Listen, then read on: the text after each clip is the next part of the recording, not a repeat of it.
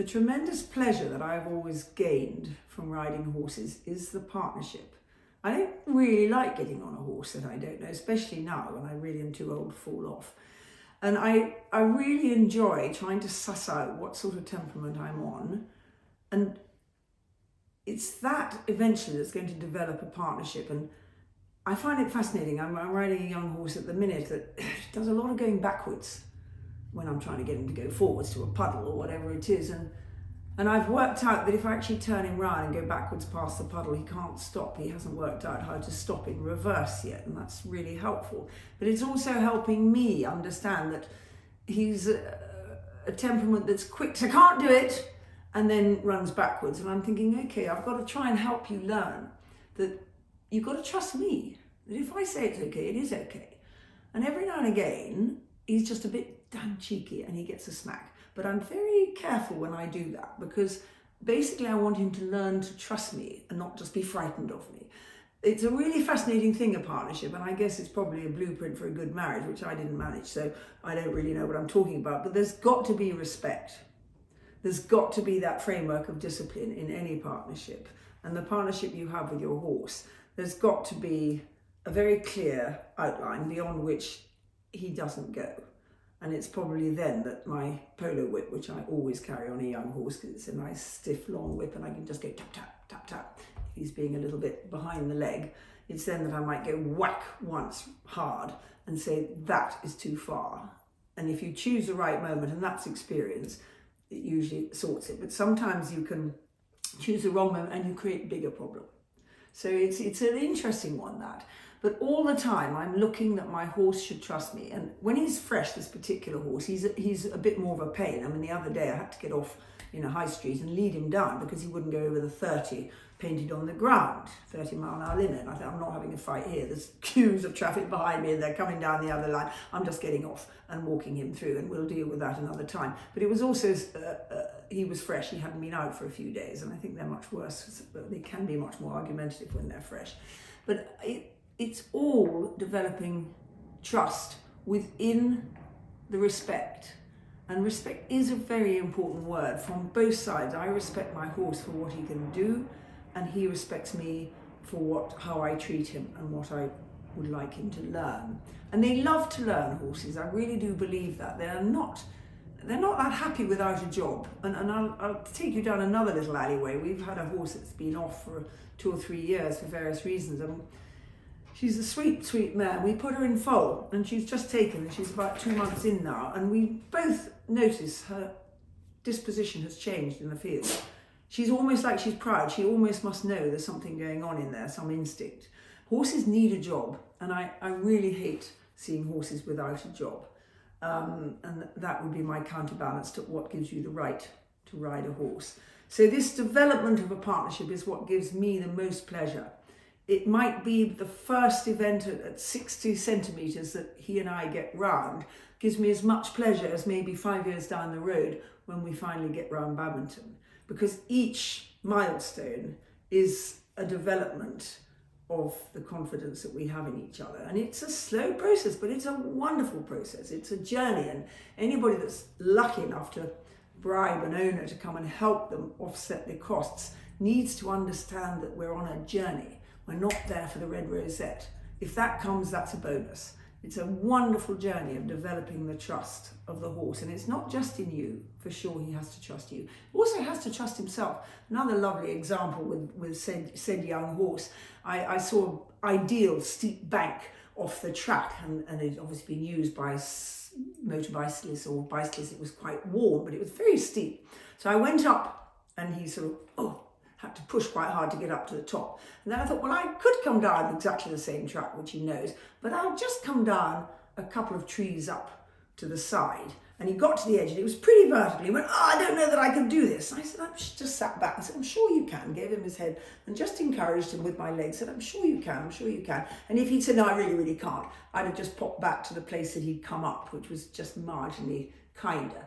But I said, I think you can do it. And he crept down, and then he felt all proud because he got it, and he slid to the bottom and stepped off the bottom, and he was so happy with himself. And that was just a wonderful development, tiny incremental development of the trust that he'll have in me and I have in him. But you have to judge if something's too much for them. And that's feel. And sometimes you get it wrong and you ask too much, but you need to always have an escape route. Like I always could have gone down the place I came up. And similarly with young horses and trust, be careful when you go into puddles. Are they bottomless? Because there are some on Salisbury Plain that are tank tracks and really they nearly go up to their chest. And that's quite scary for a horse who wasn't expecting that. But bit by bit, especially if he's got somebody in front of him and he sees them going in deep, he'll learn his trust. But always know where you're going and always have an eye for what you can find that you can ask him to do that will give him trust in you and not take that trust away. And there's so much around. If you're lucky enough to have some hacking, if you have to stay in the school, I don't know how you train an event horse, because they need to get such a development in their mind, such wide thinking. And you go off to have a dressage lesson maybe once every few weeks, or a jumping lesson. And if you haven't got good hacking, you should put that in as more important than the dressage lesson or the jumping lesson in your early days of cross country. You should go off to a really good site for hacking. And the New Forest is one of them, but like all these places, you need to know there are bogs, there are poo traps, you have to be careful. And in fact, the other day I was going in a wood and doing some rough ground training in a wood, and Alyssa said, we've been warned that there's those jaws which are trying to keep the vermin away from the pheasants that are being bred. And I went, oh my goodness, I had no idea of that, because I've used this wood a lot. So there are poo traps out there when you're trying to develop that super confidence that a horse will go anywhere that you ask him. He doesn't want to get his foot in a trap. That would be dreadful.